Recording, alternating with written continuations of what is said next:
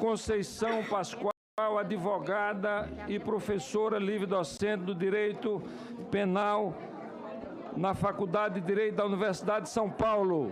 Com a palavra, a professora Janaína. Tem regimentalmente 30 minutos. Antes de iniciar, eu queria só dar uma satisfação. Essa tosse toda não é gripe suína. É um ataque de alergia que eu estou a semana inteira tomando. Acabei de tomar cortisona aqui, então fiquem tranquilos. Não pega, né? Porque eu estou vendo o povo apavorado, que eu estou tossindo, então não é gripe suína. Quero crer, né? Pois bem, excelentíssimo senhor senador, presidente, digníssimo Raimundo Lira, excelentíssimo senhor senador relator, digníssimo Antônio Anastasia, excelentíssimos senhores senadores... Vamos ouvir com atenção a nossa convidada, a professora Janaína. Peço silêncio a todos os senhoras e senhores senadores e a todos os presentes a essa comissão. Excelentíssimos senhores senadores, integrantes dessa douta comissão, excelentíssimos senhores cidadãos presentes, quero iniciar cumprimentando os codenunciantes, aquele que não está aqui conosco, mas está em pensamento e em coração, que é o doutor Hélio Bicudo, com quem eu iniciei isso tudo. Cumprimentar o professor Miguel, apesar de ter saído, foi meu orientador no doutoramento. Agradecer o apoio todo que ele decidiu dar à nossa denúncia, porque nós começamos isso sozinhos, Hélio Bicudo e eu. Quero, na verdade, não sozinhos. Cadê Maria Lúcia? Levanta, Maria Lúcia, para o povo te ver.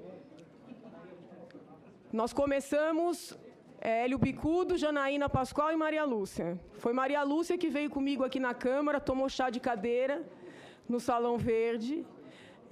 Nós fizemos o protocolo do pedido ainda em 1º de setembro com o doutor Silvio, lá da assessoria. E não tínhamos marcado hora com o presidente da Câmara, ficamos pelo menos 8 horas sentadas, né? Tinha um pessoal do Vem Pra Rua aqui do Distrito Federal também que nos acompanhou, aguardando para tentar uma audiência com o presidente. Então, esse esclarecimento é importante, porque já me perguntaram qual é a minha relação com Cunha, né? Eu até falei, eu vou falar brincando que ele é meu pai e que eu estou fazendo tudo isso para chamar a atenção dele, porque é incrível as perguntas que eu estou tendo que responder nos últimos tempos. Eu quero iniciar, em respeito ao doutor Hélio Bicudo, esclarecendo que este processo de impeachment não tem nada de partidário. Foi depois que os partidos da oposição formaram um movimento pró-impeachment e aí abraçaram o nosso pedido. Foi depois. Isso é importante. É verdade que eu trabalhei no Ministério da Justiça por 4 meses, mas eu não trabalhei com Fernando Henrique Cardoso. Eu sequer apertei a mão alguma vez na vida de Fernando Henrique Cardoso. Eu vim para o Ministério da Justiça. Esses esclarecimentos são importantes porque a nação está acompanhando essa sessão, né? E eu estou sofrendo muitas acusações nos últimos tempos, inclusive de golpista. Então, além de fazer a acusação aqui, eu preciso me defender. Então, não é verdade que eu trabalhei com Fernando Henrique Cardoso. Eu nunca falei com Fernando Henrique Cardoso. Eu aceitei trabalhar no Ministério da Justiça, porque o meu orientador, professor Miguel Reale Júnior, que com certeza não foi ministro da Justiça por ser do PSDB, porque ninguém discute a qualidade jurídica dele, porque ele foi alçado à condição de ministro e me convidou para assessorá-lo. Inclusive, ele pediu para sair quando Fernando Henrique não quis fazer intervenção no Espírito Santo, e eu já estava com a minha cartinha de demissão pronta quando Fernando Henrique me exonerou, antes de eu apresentar a carta. E acreditem os senhores ou não, podem pedir para levantar isso lá no Ministério da Justiça, que eu não sei se eu tenho a carta guardada. Eles me mandaram uma carta pedindo para eu devolver o meu salário do último mês que eu trabalhei.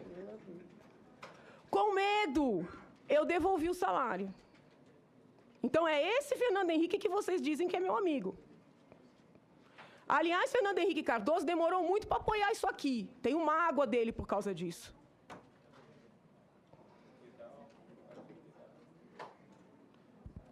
Geraldo Alckmin, governador de São Paulo.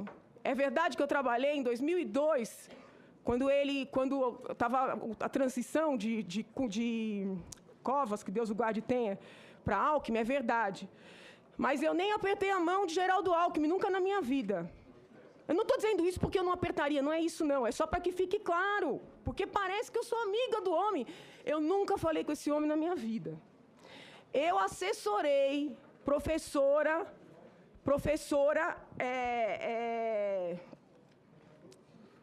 Ana Sofia Schmid de Oliveira, que é uma das maiores especialistas em segurança pública nesse país.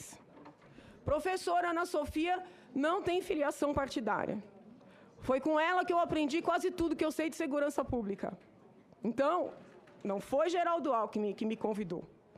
Foi Ana Sofia. Isso é importante que fique claro.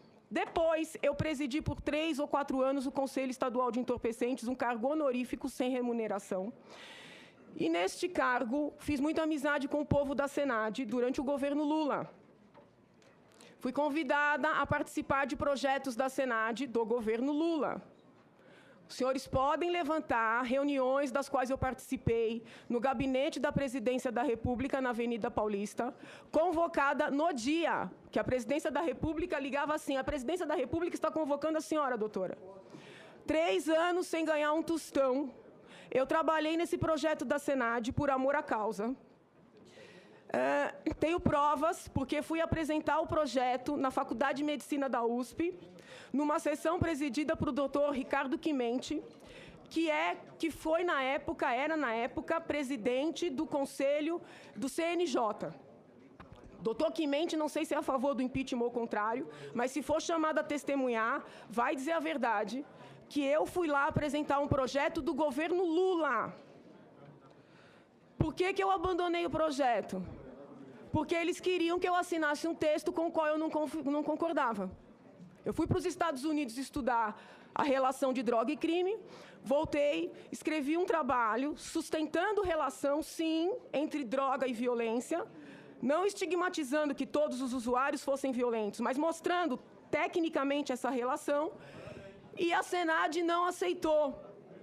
Aí, veja, eles poderiam não aceitar publicar, mas eles queriam que eu assinasse o que eles queriam. E eu digo, não me prostituo. Abandonei o projeto. Eu tenho os documentos, eu tenho os e-mails todos, se quiserem. Não estou mentindo. Então, não quero mais ouvir que eu sou tucana, não quero mais ouvir que eu tenho partido, porque eu não tenho partido.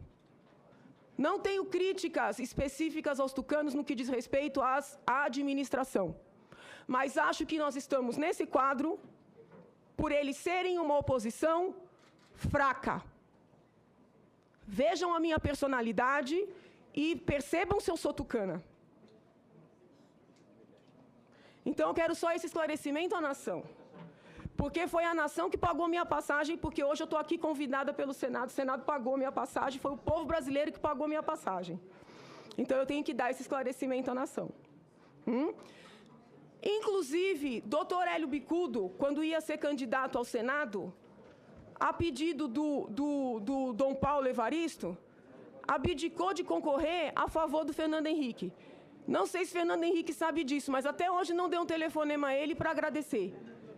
Se ficar sabendo agora, seria de bom tom dar esse telefonema. Presidente, e o assunto que nós viemos ouvir, presidente? Eu vou chegar lá, tem tempo. Tem então, muito tempo, lá. Não. Eu tenho 1 hora, eu vou ocupar minha hora inteira. Não, tranquilo, a senhora já... Vamos fazer o seguinte, tem 20, a gente 21, volta quando ela 21 começar. minutos Quando ela ainda, entrar no tema, a gente volta. Ok. Não, eu tô... Não, tem, tudo bem. Inicialmente 30 minutos. Eu estou, inclusive, ajudando. Só um momento. Só um momento, senhora, doutora Janaína. À luz da observação que o senador Cristóvão fez, a mesa está só querendo ajudar. Portanto, dizendo já o tempo que Vossa Excelência já utilizou. Eu quero falar com... Acrescido pela interrupção, presidente. Eu quero falar a Vossas Excelências. Eu quero explicar a Vossas Excelências a origem deste pedido. Seguindo um filósofo que eu aprecio muito, David Hume. David Hume gosta de explicar aos seus leitores a origem das ideias. E eu quero explicar a Vossas Excelências a origem disso tudo. Tá? A origem disso tudo está numa notícia lá de trás, que eu li e estranhei, dizendo assim: presidente Dilma Rousseff, por meio do BNDES, envia dinheiro para Cuba, para a Venezuela e para Angola. Presidente, isso não faz respeito ao que foi denunciado. Nós queremos saber o que fundamenta a denúncia para que a gente possa efetivamente compreender. Senhor presidente, tem que ser garantida a palavra da fala da denunciante. Nós queremos que ela responda os quesitos que ela fez a denúncia. Senador, Passar a palavra da senhora doutora Janaína, por favor. Olha, senhor presidente, Senador, Com a palavra a senhora doutora Janaína. Senador Caiado. É para isso que Senador o Brasil Caiado, por pagou a sua favor. passagem. Sim, Ela está senador. tentando explicar o porquê o pedido do impeachment, gente. Deixa a mulher a falar. dependência do Senado Federal para a senhora. Doutora Janaína, só um momentinho. Doutora Janaína. Vai falar, ela vai falar. Ela vai falar. Ela vai falar. Senhor, onde é que eu corto? Corto. Federal. Que arrogância é essa? Eu queria saber Isso é o cúmulo da arrogância. Presidente. Espera aí, só um momento. Denúncia, sobre a denúncia. É isso que a senhora Os foi pontos que o convidada. senhor quer, ela fala depois. Ora, o senhor mas não é é ela disso. que vai Senhor falar, não é o senhor não é PT. disso, pelo amor de Deus. Senador Magno, por favor, a palavra está sendo devolvida à doutora Janaína. Pois não. Ok. Eu quero. A PT não quer palavra ouvir, está com a doutora Janaína, por favor. Senhora presidente. Senão eu vou desligar novamente o som do plenário. Senhora a palavra está com a doutora Janaína. Senhora presidente, tem senador Presidente, desconta o tempo. Vossa Excelência está ocupando a presidência da mesa. Pela norma, não tem eleição de vice-presidente. É o senador mais idoso da casa. É porque ele tem a necessidade de ir ao banheiro, tá? Trata-se de direitos humanos. Eu fui convidada. Trata de direitos eu fui humanos. convidada Ele pelo tem o direito de presidente ir ao banheiro. desta Não tem casa. como Pelo delegar presidente pro desta Caiado. comissão. Caiado, se você Fui convidada quiser pelo presidente dessa conduzir o comissão. presidente quando ele for ao Questão de banheiro, ordem negada a Vossa Excelência. não tem essa autorização Corte o som do regimental. plenário. Corta o som do plenário. Presidente. Corta o som. Questão de ordem negada ao senador Caiado. Corta o som do plenário.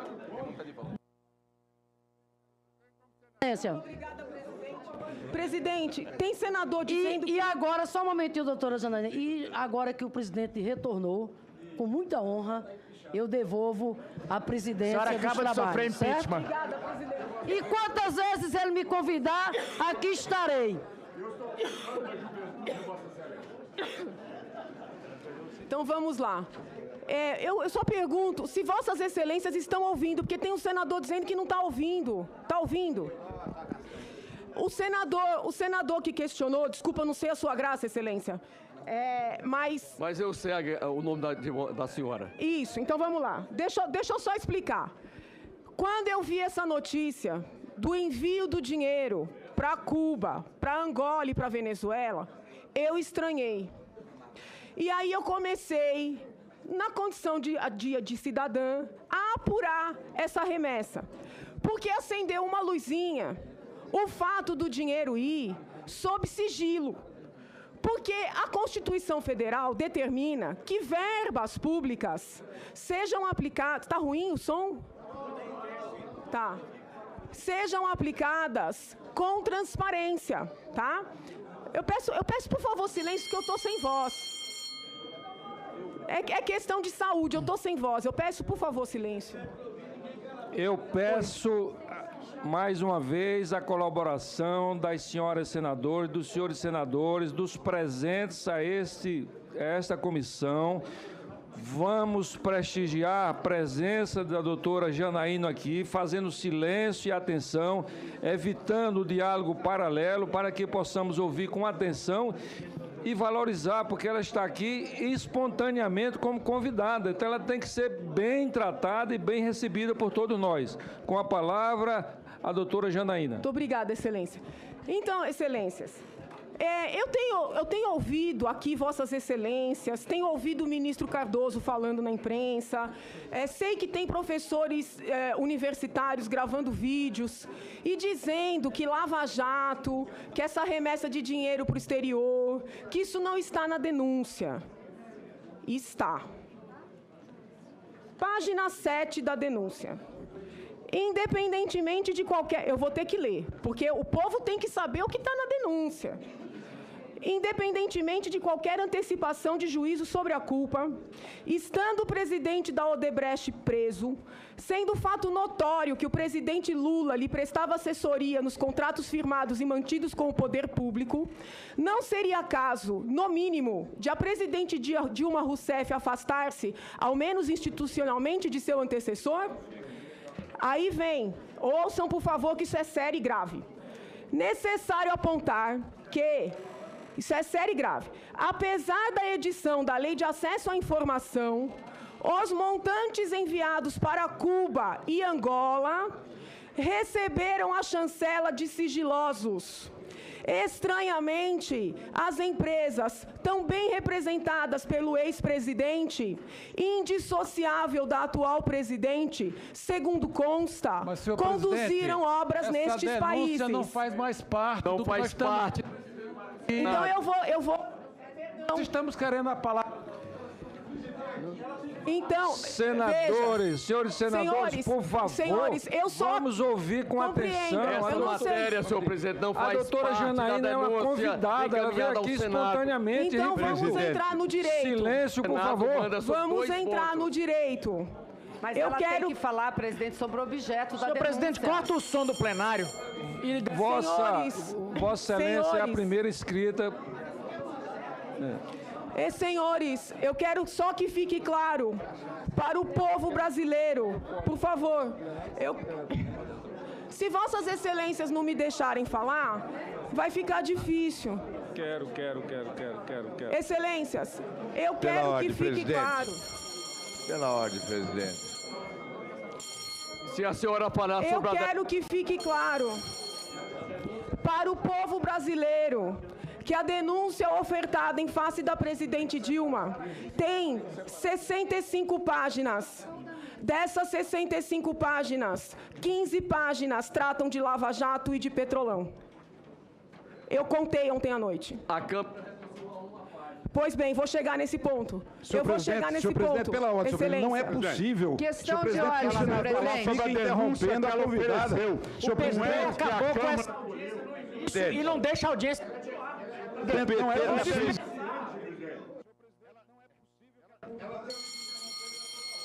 não sei se Vossas Excelências têm conhecimento de como é que funciona o processo penal. Onde é que está o som aqui? Eles cortaram? Cortaram o som aqui? Não tem um microfone melhor, gente? Pelo amor de Deus. Cortaram o som, não? Questão de ordem, senhor presidente. Melhorou? Presidente, por que estão com tanto... Eu gostaria... Se Vossas Excelências não me deixarem falar, eu preciso fazer um esclarecimento. Fizeram tanta crítica à Câmara dos Deputados. Veja bem o que estão fazendo com a denunciante que vem aqui discutir aquilo que ela apresentou. Não é aquilo que a Câmara acolheu. É a denúncia que ela fez e foi acolhida pela Câmara. Não é verdade. Restringiram. É claro que ela tem direito... Não é problema dela. Ela tem o direito de falar. Nós estamos partindo exatamente do que a Câmara aprovou. Então vamos lá. Questão de ordem, senhor presidente. Rejeitou tudo o que a senhora... Para cá, o PT está com medo da doutora Janaína. E é sobre isso o que o Senado está debruçado. Então eu vou explicar para Vossas Excelências que não é... A palavra da convidada tem que ser garantida, senhor presidente. Isso eu digo o seguinte, estou aqui seguindo as lições de Paulo Brossard. Paulo Brossard ministro o PT não pode impor... Se os senhores e senhoras senadores não fizerem silêncio, eu vou convidar gentilmente a doutora Janaína para sair desse ambiente, porque ela está aqui espontaneamente, ela está aqui generosamente prestando seus esclarecimentos, e nós temos que nos comportar como senadores da República. É o que o povo brasileiro espera. Uma reunião tranquila, uma reunião onde possamos usar o nosso contraditório, mas no momento certo, e o momento agora pertence à doutora Janaína. Então eu peço silêncio absoluto de todos, sem questão de ordem, para que ela possa continuar o seu relato. Terminado o seu relato, a primeira escrita é a senadora Vanessa Graziotin, e aí faremos a... E a partir de amanhã, senhor presidente, depois de quatro, senhor presidente, e amanhã também a base do defensor da mulher terá muita dificuldade de falar aqui. Senador... Senador Caiado, se Vossa Excelência falar, nós temos que abrir a palavra para todo mundo, e a palavra agora pertence à doutora Janaína. A palavra da doutora Janaína está sendo interrompida a todo instante, senhor presidente. Questão de... A todo interrompida. Mas nós estamos rogando a Vossa Excelência de sua autoridade. Amanhã, senador Caiado, amanhã será outro dia. Como Vossa Excelência falou, passa a palavra aí para uma pequena consideração da senadora Simone Tebet. Senhor presidente, a convidada está com a palavra, senhor presidente. Senhor presidente, só uma questão de ordem. Questão de ordem. Questão de ordem. Eu lamento tudo isso que esteja acontecendo. Eu acho que o maior anseio numa democracia é a liberdade. Mas há uma linha muito tênue entre a liberdade e a anarquia. A democracia e a anarquia. A democracia significa liberdade dentro dos limites da lei. A anarquia significa liberdade sem limites. Eu gostaria que, infelizmente, embora o espírito democrático de Vossa Excelência não está tendo ressonância numa plenária anárquica na qual eu me incluo, não estou puxando a orelha de ninguém. Então, eu gostaria que, nos termos regimentais, nos termos legais e constitucionais, Vossa Excelência utilizasse do seu poder de presidente, inclusive com manos militares, se for necessário, aqui eu explico o que é isso, cortando os microfones, pelo menos enquanto a denunciante possa, porque nós não estamos conseguindo nos entender. Com todo respeito, eu me incluo nessa porque fiz uma questão de ordem no meio da fala, mas eu fiquei silente o tempo todo. Eu acho que, independente de qualquer coisa, ela não é testemunha, ela não é acusada, ela é uma convidada. Depois nós teremos tempo, inclusive, para interpelá-la sobre aqueles assuntos alheios à denúncia que ela tenha, porventura, denunciado. Então, por favor, senhor presidente, senadora, dentro do seu espírito democrático, deixa eu responder a Vossa Excelência utilize agora. do seu poder enquanto a Vossa presidente. Excelência agora. Quando eu estava cortando o som do plenário, cortava também o som da nossa convidada. Então, eu pedi à técnica, à cabine, que arranjasse uma solução técnica para que, cortando o som do plenário, não cortasse o som da nossa convidada. E já chegou essa solução. Agora, eu já posso cortar o som do plenário sem cortar o som da nossa convidada. Mas acredito, tenho certeza que, pacificando mais as emoções de todos aqui presentes, não vai haver necessidade de cortar o som do plenário. Vamos ouvir com atenção, com respeito, com consideração a doutora Janaína. Com a palavra, a doutora Janaína. Muito obrigada, Excelência. Muito obrigada, senhores senadores. Pois bem, só antes de entrar na parte técnica que eu preciso enfrentar, eu queria só dar um dado paralelo, tá? Esse é o único dado que não está na denúncia.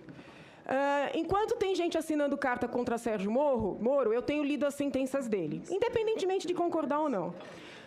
Numa das últimas sentenças condenatórias que ele prolatou, presidente da Odebrecht, também não quero entrar no mérito se a sentença está correta ou não, mas está lá, no item 167 da sentença, que as contas bancárias das quais partiram as propinas pagas no âmbito do Petrolão estão em Angola.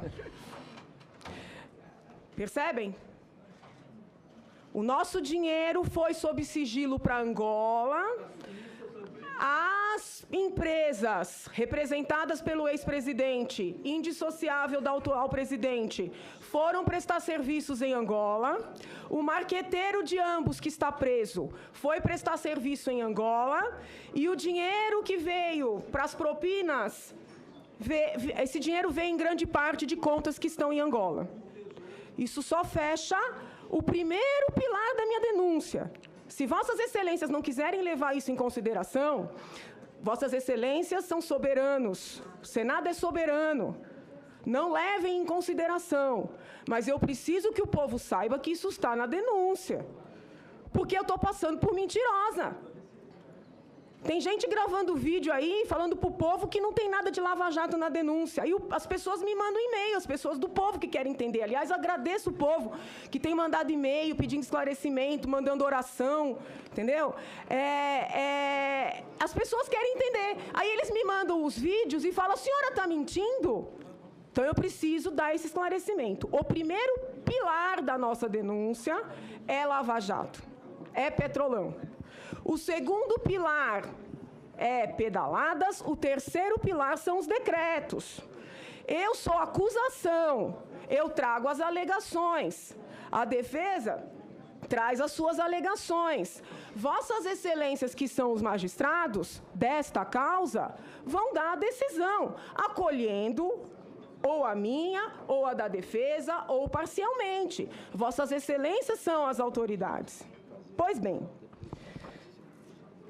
seguindo a obra de Paulo Brossat, que é a maior autoridade, que Deus guarde tem, a maior autoridade em impeachment neste país, inclusive fatos alheios à denúncia, num processo de impeachment que é jurídico-político, podem ser levados à consideração pelo Senado Federal na hora do julgamento. Isso está citado na nossa denúncia, na página 11 e na página 42. Eu só estou dizendo qual é a doutrina. Tá? A doutrina diz isso, está na minha denúncia, mas eu não estou pedindo a Vossas Excelências que considerem nada além do que está na denúncia. Nada além do que está na denúncia, muito embora Paulo Brossat me daria respaldo para tanto. Eu quero ler com os senhores um pedacinho da Constituição Federal. Artigo 86 da Constituição Federal. Diz assim... por favor, isso é muito importante. Admitida a acusação contra o presidente da República por 2/3 da Câmara dos Deputados, será ele submetido a julgamento perante o Supremo Tribunal Federal nas infrações comuns, penais comuns, ou perante o Senado Federal nos crimes de responsabilidade. Parágrafo 1º. O presidente ficará suspenso de suas funções... 1. Nas infrações penais comuns, se recebida a denúncia ou queixa-crime pelo Supremo Tribunal Federal. 2. Nos crimes de responsabilidade, após a instauração do processo pelo Senado Federal. Por que essa leitura é importante? Essa leitura é importante por causa da ADPF número 378, apresentada no Supremo Tribunal Federal no final do ano passado, pelo PCdoB, que até onde eu sei é um partido que está contra o impeachment. O PCdoB foi ao Supremo Tribunal Federal alegar que a Lei 1079/50 não teria sido totalmente recepcionada pela Constituição Federal. Se Vossas Excelências recordarem, muitas pessoas fizeram uso da palavra. Uma das pessoas que fez uso da palavra lá foi o então advogado-geral da União, que também defendia a presidente Dilma, o doutor Adams, né? Esqueci agora o nome inteiro dele. Luiz Inácio Adams. O que disse doutor Luiz Inácio Adams naquele momento? Eu lembro bem, porque eu assisti inteirinho e tomei nota. Ele disse assim, que pela Constituição Federal, não era mais a Câmara dos Deputados que iniciava o processo e afastava a presidente da República. Que pela Constituição Federal, este papel era do Senado Federal, ou seja, Vossas Excelências. Esse resgate da história recente, ele é importante, porque nós temos que entender as competências aqui, né? Até aquele julgamento do Supremo Tribunal Federal, até aquele julgamento, qual era o entendimento predominante a esse respeito? O entendimento era que a Câmara recebia a denúncia, afastava a presidente e Vossas Excelências julgavam. Esse era o entendimento predominante. No entanto, como naquele momento o PCdoB acreditava que a Câmara estava a favor do impeachment, porém o Senado não, foram levar essa DPF ao Supremo. Isso é importante de ser resgatado. Também questionaram a eleição da comissão na Câmara, disseram que não tinha que ser eleição, porque entendiam que aquela comissão era pró-impeachment. Veio o Supremo Tribunal Federal e deu um julgamento, né, extremamente benéfico à presidente Dilma Rousseff, porque cancelou a primeira comissão, que era tida como pró-impeachment, determinou que o voto fosse aberto, determinou que os líderes indicassem os nomes, e assim foi feito. E ainda assim passou pela Câmara. Mas, no que diz respeito ao nosso ponto aqui, é importante isso ser resgatado, excelências. O que disse o Supremo Tribunal Federal? Vários ministros. Disse assim, que quando na Constituição está escrito, nos crimes de responsabilidade, após a instauração do processo pelo Senado Federal, eles disseram com todas as letras que na Câmara era uma espécie de inquérito policial e que aqui era processo. Aqui, Vossas Excelências iniciam o processo recebendo a denúncia. Aqui, Vossas Excelências julgam. Por que isso é importante? Porque isso significa que Vossas Excelências têm total liberdade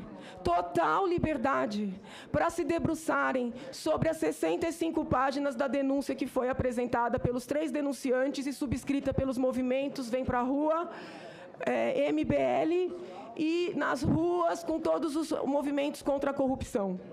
Então, Excelências, o que eu estou dizendo para Vossas Excelências é que tenham a paz de espírito, a consciência tranquila, que Vossas Excelências têm soberania total, até para rejeitar, né? Mas para se debruçarem sobre a denúncia inteira. Se nós estabelecermos, eu peço perdão pela voz, se nós estabelecermos um paralelo, só um minuto.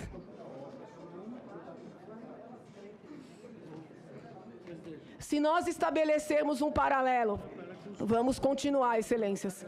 Se nós estabelecermos um paralelo entre o inquérito policial e o processo, num processo crime, o presidente da Câmara, senhor Eduardo Cunha, seria o delegado de polícia.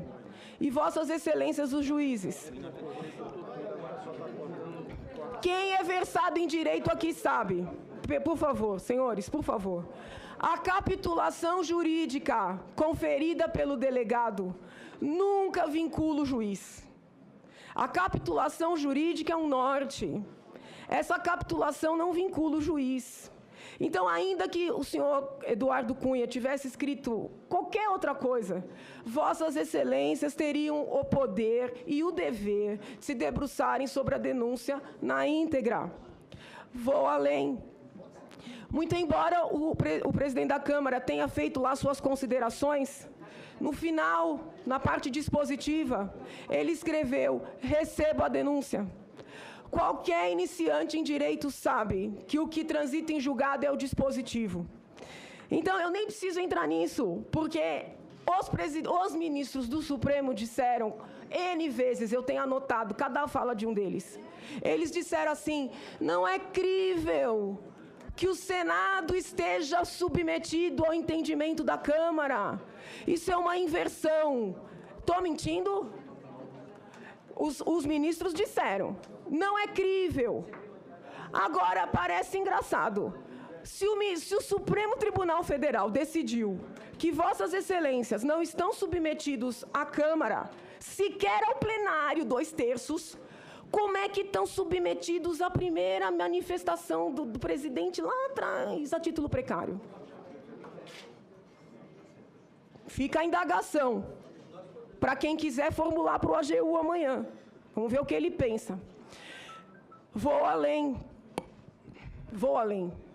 Eu acho graça, com todo respeito, quando eu ouço o governo desmerecer o meu processo, o nosso processo, que somos... Na verdade, não somos só 3, somos muitos. Quando eu falei lá no Lago São Francisco, somos muitos Hélios, muitos Miguéis, muitas Janaínas, disseram que eu estava bêbada. Eu não estava, não, eu estava muito sóbria. Eu acho graça que a oposição fica falando que o nosso processo é golpe, nossa denúncia ainda não é processo, é golpe, porque foi recepcionada por Eduardo Cunha, que eu disse que me deu um chá de cadeira lascado. Os senhores dizem que é golpe porque ele recepcionou. Agora estão se apegando em unhas e dentes à primeira manifestação do homem. Então eu pergunto ao governo, afinal, o homem tem ou não tem legitimidade? Porque se ele não podia receber, e por isso é golpe, a manifestação dele primeira, Vossas Excelências se apegam com unhas e dentes, dizendo que limita Vossas Excelências. Então, eu quero dizer a Vossas Excelências e ao povo brasileiro que com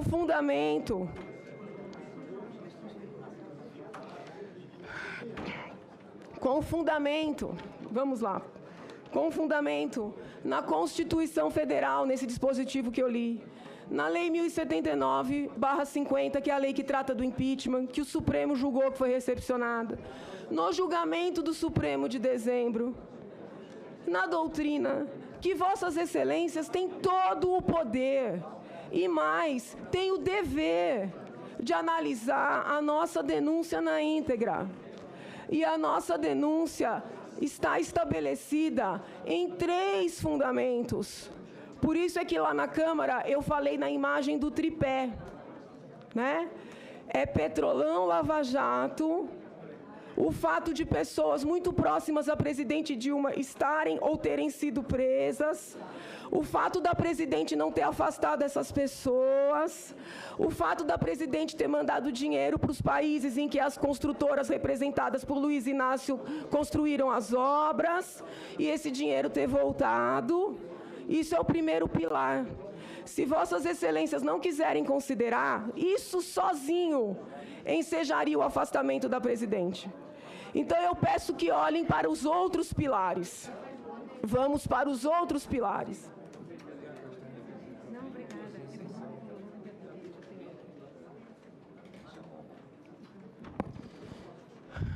Pedaladas fiscais. As pedaladas fiscais foram a maior fraude que eu já vi na minha vida. Faz 20 anos que eu advogo no crime. Eu nunca vi nada igual. Eu vi na discussão inicial aqui nesta comissão, essa douta comissão, que Vossas Excelências querem expedir ofício para constatar. Não precisa. Leiam os documentos que estão anexados com a denúncia. Estão com a denúncia, nada novo, hein? Documentos da lavra dos técnicos que apresentaram as perícias junto ao TCU.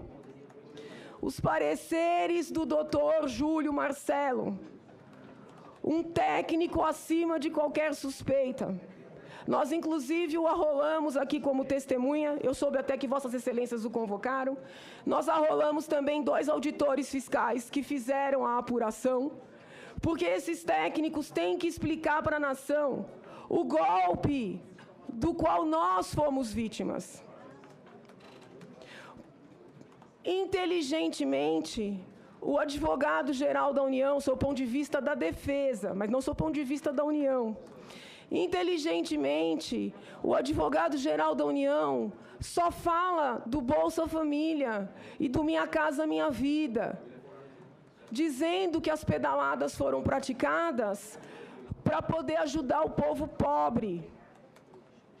O AGU nunca fala do Bolsa Empresário. O Bolsa Empresário não foi constatado só pelo TCU e só por nós denunciantes, não.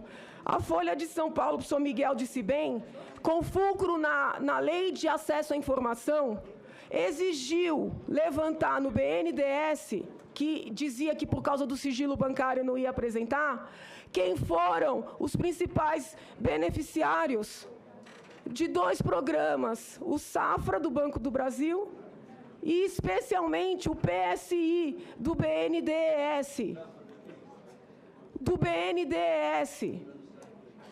O Plano Safra é do Banco do Brasil. É um plano para ajudar, teoricamente, pequenos agricultores. Teoricamente. E o PSI do Banco do BNDES é um projeto que se iniciou em 2009. Foi de 2009 até final de 2015. Teoricamente, para ajudar os empresários pequenos a comprarem máquinas. Teoricamente. Porque o AGU tem que explicar para a nação por que esse PSI encheu de dinheiro grandes empresários, bilionários. Por que com fulcro no levantamento feito pela própria Folha de São Paulo, isso está na denúncia? Não está o levantamento porque a Folha fez depois. Mas o plano está todo aqui. Por quê? Por quê que a Petrobras foi a segunda maior beneficiária do PSI? Estranho, né? Estranho. Olha que coisa estranha. O dinheiro que foi mandado para as ditaduras pouco transparentes e amigas voltou no Petrolão. A dinheirama do PSI. Nós estamos com débito de 204 bilhões por causa do PSI. Beneficiou Petrobras. Para ajudar na sangria. Vossas Excelências percebem que os pilares estão todos amarrados? O rei da soja recebeu não sei quantos bilhões, não tenho nada contra ele, de repente até os contratos estão adequados. Mas recebeu. A empresa da aviação. Por favor, eu não sei, senador. Eu só sei que recebeu. A empresa de... Por favor. Veja, eu não estou aqui para fazer bonito com partido nenhum. Eu estou aqui para falar o que está na denúncia. A empresa de aviação Azul recebeu dinheiro do PSI. Por favor. Olha, tem um estudo feito pelo próprio BNDES, publicado na revista 44, 2015, que mostra que o PSI só favoreceu, ou primordialmente favoreceu, empresas grandes e médias e pessoas que já eram bilionárias. Eu pergunto a Vossas Excelências, sou eu que sou capitalista? Sou eu que sou imperialista e elitista? Aí, os técnicos escrevem os termos técnicos, que a população tem que entender. Fala-se que essas pedaladas foram feitas para pagar a equalização dos juros, tá? A equalização. E o povo lê e não entende o que é isso. Então, eu preciso explicar o que é isso. O governo mandou o BNDES distribuir o nosso dinheiro a juros ridículos. A juros ridículos. Só que o BNDES, ao captar esse dinheiro, tinha que pagar juros elevadíssimos. Quando o BNDES olhou para o Tesouro e falou, mas olha, isso aqui vai ficar desigual. Eu estou pagando caro num dinheiro e estou dando esse dinheiro barato. O Tesouro dizia, faça porque eu garanto. E só a título de juros, equalização é isso, Excelências e povo brasileiro. É o pagamento da diferença entre os juros do dinheiro tomado e do dinheiro emprestado.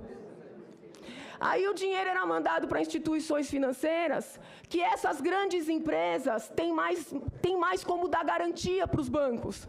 O pequenininho não tem. Então, o pequenininho que tinha que ser ajudado, teoricamente, pelo governo, é isso que eles falam, mas é tudo mentira, o pequenininho não conseguiu dinheiro. Os grandes conseguiam, porque tinham garantias.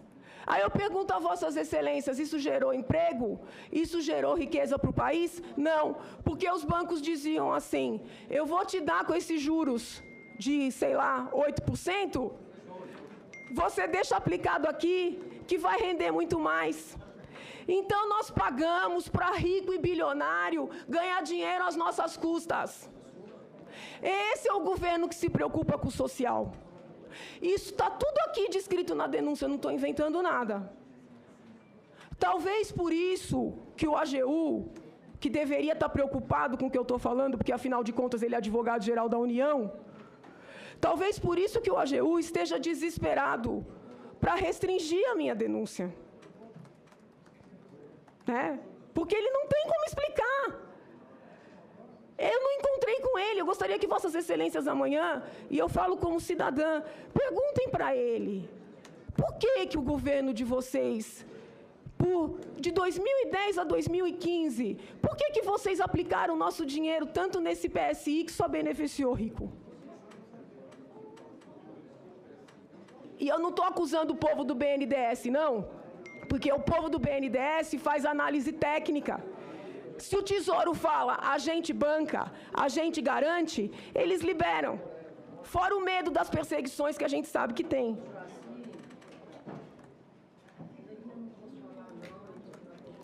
Pois bem,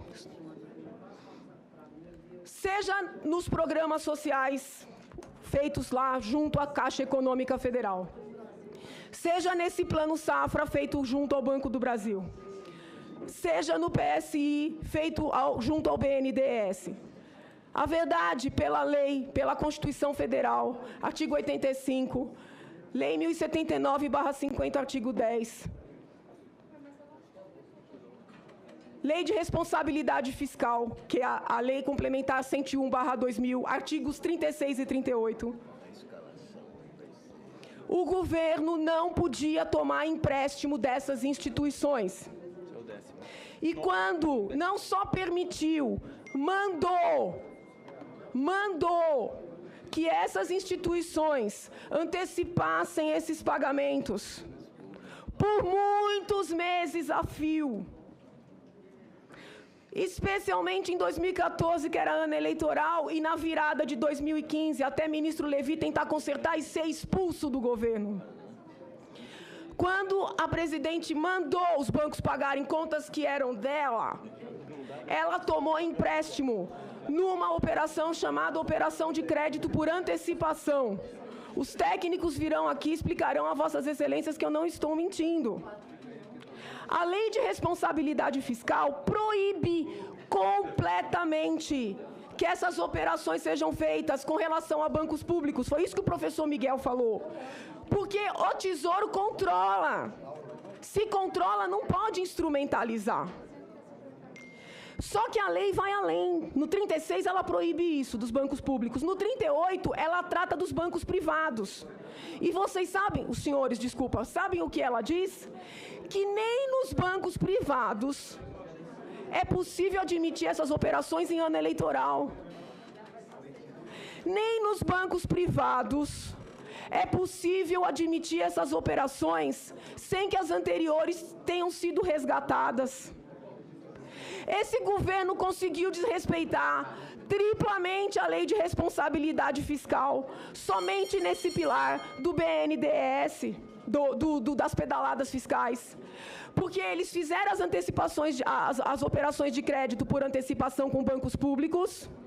Eles fizeram, especialmente em ano eleitoral, mas fizeram em 2015 também, aos bilhões. E eles fizeram operações uma em cima da outra sem resgatar as anteriores. E a lei de responsabilidade fiscal é límpida. Mas eles foram além. E aí, senadores, está o dolo. Eles não contabilizaram nada disso. Para os técnicos do TCU pegaram, tiveram que pelejar, como gosta de dizer o ex-presidente Lula.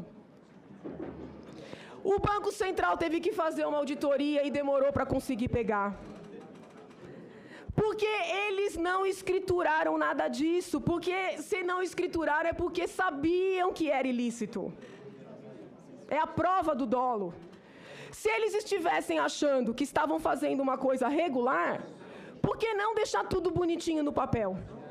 Esconderam, porque sabiam que era ilícito. E daí tá também aqui a falta de probidade e decoro no cargo. Então nós temos lesão ao orçamento, à responsabilidade fiscal e ao decoro. Quem conhece justiça penal sabe que qualquer coitadinho sofre inquérito e recebe denúncia, às vezes porque assinou um negócio sem entender o que assinou. Uma assinatura perde a primariedade. Anos de falsidade ideológica na nossa cara. E ela é inocente.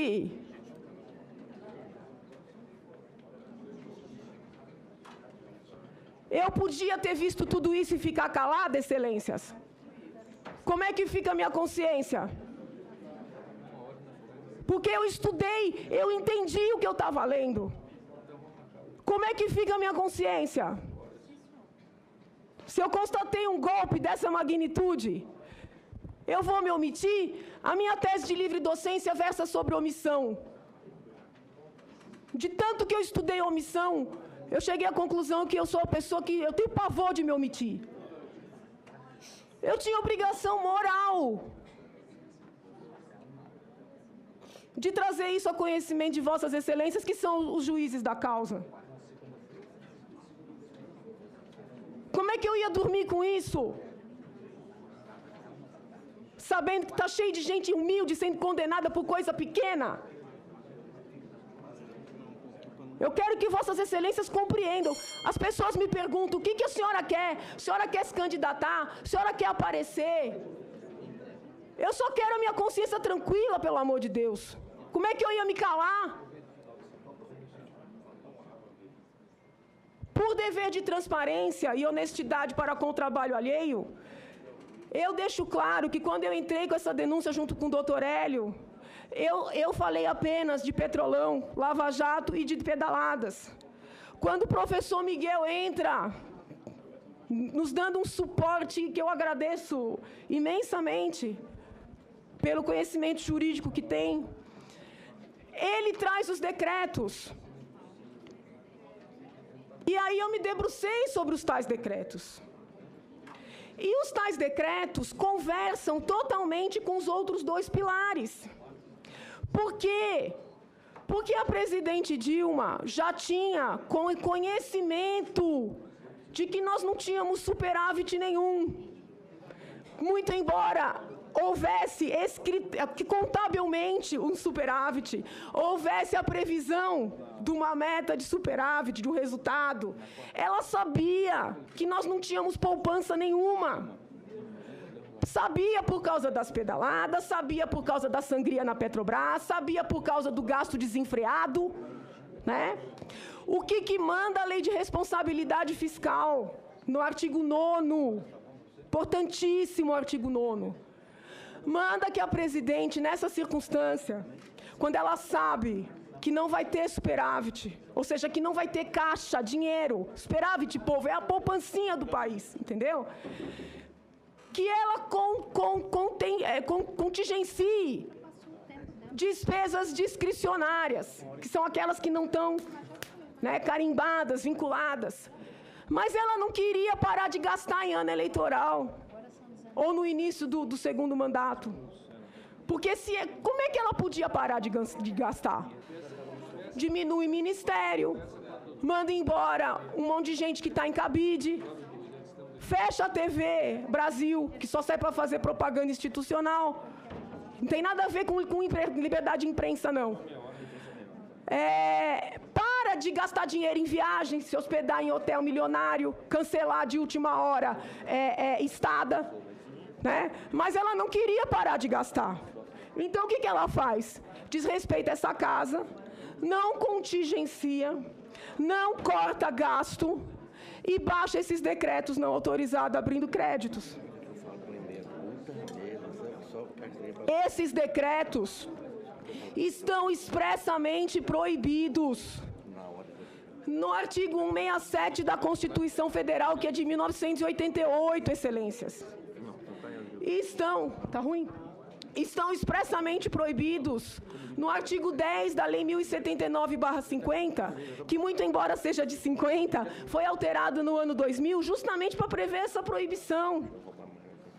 O artigo 4º que o senador fica falando, ele condiciona, baixar os decretos, ele condiciona a expectativa da meta do resultado de superávit.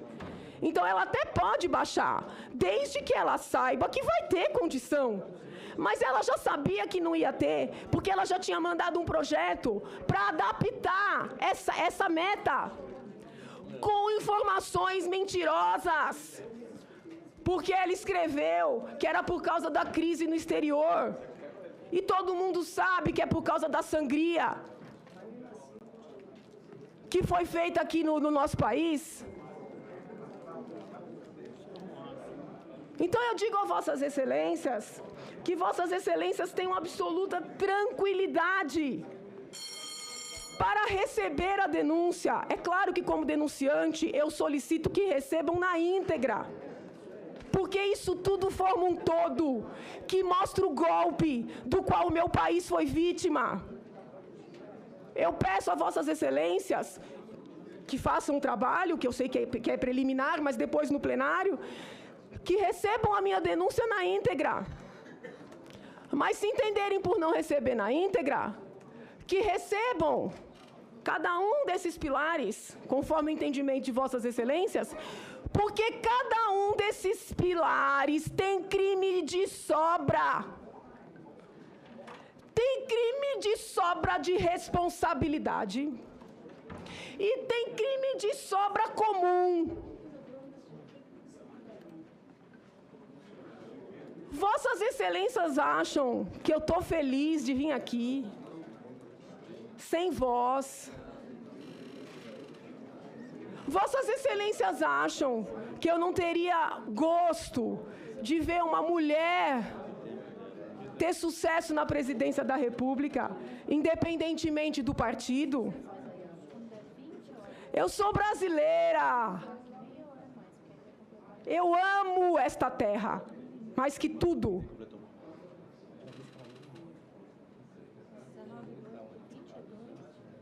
Eu estou aqui porque eu sou brasileira.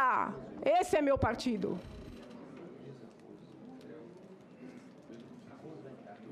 Eu nunca votei no PT.